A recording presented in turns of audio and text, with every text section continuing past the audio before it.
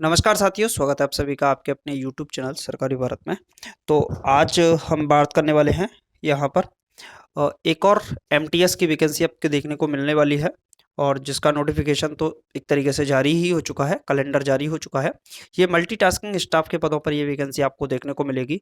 कहाँ पर कैसे फॉर्म फिलअप कर पाएंगे, कब से आवेदन प्रक्रिया शुरू होगी, सारी की सारी बातों के बारे में इस वीडियो के अंदर हम डिस्कस करने वाले हैं। उम्मीद है आपको वीडियो अच्छा लगेगा। और आपको सबसे पहले एक बात बता दें, अगर आपका किसी भी प्रकार का कैसा भी कोई भी प्रश्न है, कैसा भी प्रश्न है, किसी भी प्रकार का है, एलिजिबिलिटी से रिलेटेड हो, कट ऑफ से रिलेटेड हो, एग्जाम पैटर्न से रिलेटेड हो, कोई भी क्वेश्चन हो, आप लोग कमेंट बॉक्स में लिखिएगा। विद इन 5 मिनट आपका 5 मिनट के अंदर कमेंट का आंसर जरूर दिया जाएगा। क्लियर है? तो सबसे पहले अगर हम बात करें तो क्या है ये प्रोसेस, उसको मैं बताने वाला हूं। कहां पर ये वैकेंसी आपको देखने को मिलेगी उसके बारे में बताने वाला हूं। तो देखिए, ये जो MTS मल्टीटास्किंग स्टाफ के पदों पर भर्ती आने वाली है और इसकी जो आवेदन प्रक्रिया है वो शुरू होगी 14 जून से। 14 जून 2024 से। अभी आप लोग कंफ्यूज ना हो। तो आप लोग बहुत सारे स्टूडेंट कहेंगे सर ये तो बहुत लंबा समय है।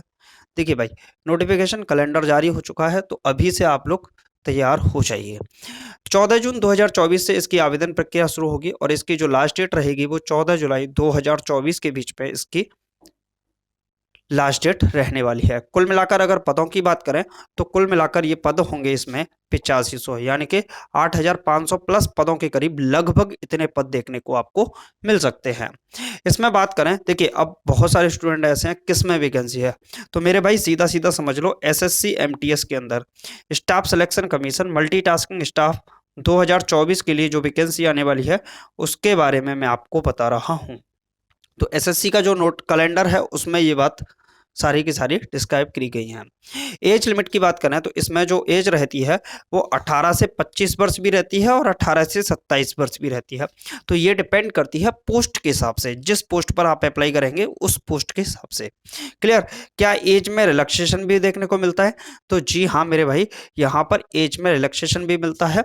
OBC कैटेगरी में यहाँ पर 3 साल का और रिलैक्सेशन मिलता है, जबकि SC कैटेगरी में 5 साल और ST कैटेगरी में 5-5 साल का यहाँ पर SC ST के लिए 5 साल का रिलैक्सेशन मिलता है, जबकि OBC कैटेगरी के लिए यहाँ पर 3 साल का रिलैक्सेशन देखने को मिलता है।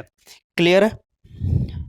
नेक्स्ट अगर बात करें तो इसमें एजुकेशनल क्वालिफिकेशन क्या होती है वो समझ लीजिए।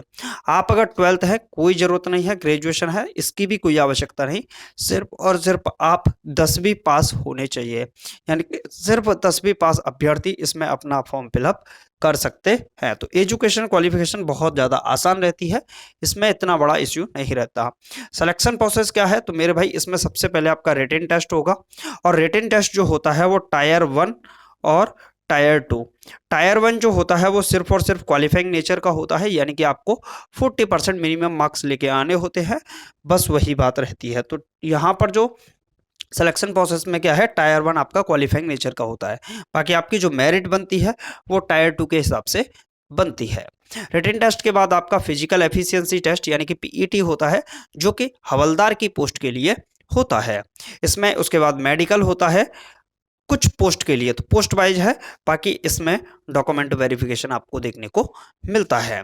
नेक्स्ट अगर हम बात करें कि भाई एग्जाम पैटर्न क्या है आखिरकार इसका सॉरी, तो एग्जाम पैटर्न के बारे में बात करें तो इसमें जो टायर 1 एग्जाम होगा, आपका टायर 1 एग्जाम होगा उसमें 40 मार्क्स आते हैं कुल मिलाकर और 120 मार्क्स के ये होते हैं। इसमें किसी भी प्रकार की आपको नेगेटिव मार्किंग देखने को नहीं मिलती, यानी कि नेगेटिव मार्किंग नहीं होती है।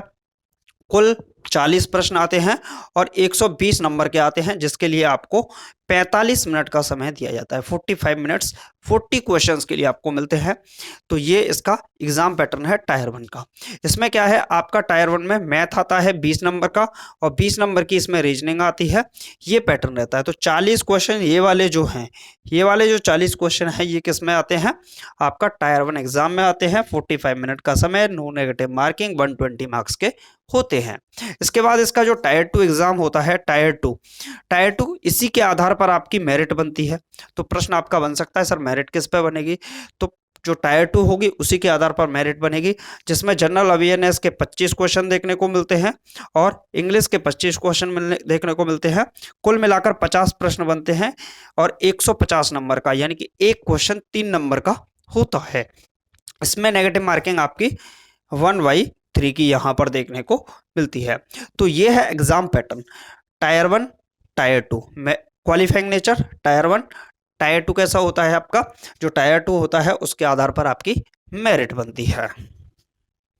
क्लियर। इसमें एग्जाम डेट कब होगी, तो मेरे भाई एग्जाम डेट भी आपकी डिक्लेयर हो चुकी है। 1 सितंबर से 21 सितंबर 2024 के बीच में आपकी परीक्षाएं चलेंगी।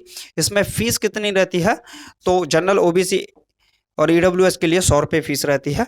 इसमें सैलरी वगैरह आप लोग देख ही जानते हैं इतना तो। बाकी फिजिकल एफिशिएंसी टेस्ट की बात करें, पीईटी जो होता है उसमें हवलदार की पोस्ट के लिए क्या होता है, तो हाइट की बात करें हवलदार की पोस्ट के लिए 157.5 सेंटीमीटर मेल कैटेगरी के लिए होनी चाहिए, जबकि फीमेल कैटेगरी के लिए 152 सेंटीमीटर होनी चाहिए। बाकी एसटी कैटेगरी को यहाँ रिलैक्सेशन मिलता है, 152.5 सेंटीमीटर पे भी चलेगा। रनिंग की बात करें तो 1600 मीटर होता है 15 मिनट, आराम से हो जाएगा। और फीमेल कैटेगरी के लिए 1000 मीटर यानी कि 1 किलोमीटर होता है आपका और 20 मिनट में, तो इसमें भी कोई दिक्कत वाली बात नहीं है। चेस्ट 81 से 86 सेंटीमीटर, यहाँ चेस्ट नहीं होती। बाकी जंप की बात करें तो यहाँ पर जंप वगैरह भी आपको देखने को नहीं मिलती है, तो नॉर्मल सा फिजिकल इसमें देखने को मिलता है। तो ये थी SSC MTS staff selection commission multitasking staff के अंतर्गत, जिसका एक तरीके से शॉर्ट नोटिस जारी हो चुका है। कहने का मतलब यह है कि कैलेंडर में ये चीज़ें सारी आ चुकी हैं। तो ये टेंटेटिव है, हालांकि बदलना बहुत ज़्यादा मुश्किल होता है क्योंकि एग्जाम पर एग्जाम एग्जिस्टिंग के होते हैं। तो मल्टीटास्किंग स्टाफ की ये वैकेंसी आपको देखने को मिलेगी, तो अभी से तैयार हो जाइए। और अगर आपका किसी भी प्रकार का कोई क्वेश्चन है तो उस क्वेश्चन को कमेंट बॉक्स में ज़रूर लिखिएगा, उसका आंसर आपको ज़रूर दिया जाएगा। उम्मीद है आपको वीडियो अच्छा लगा होगा। Thank you for watching this video.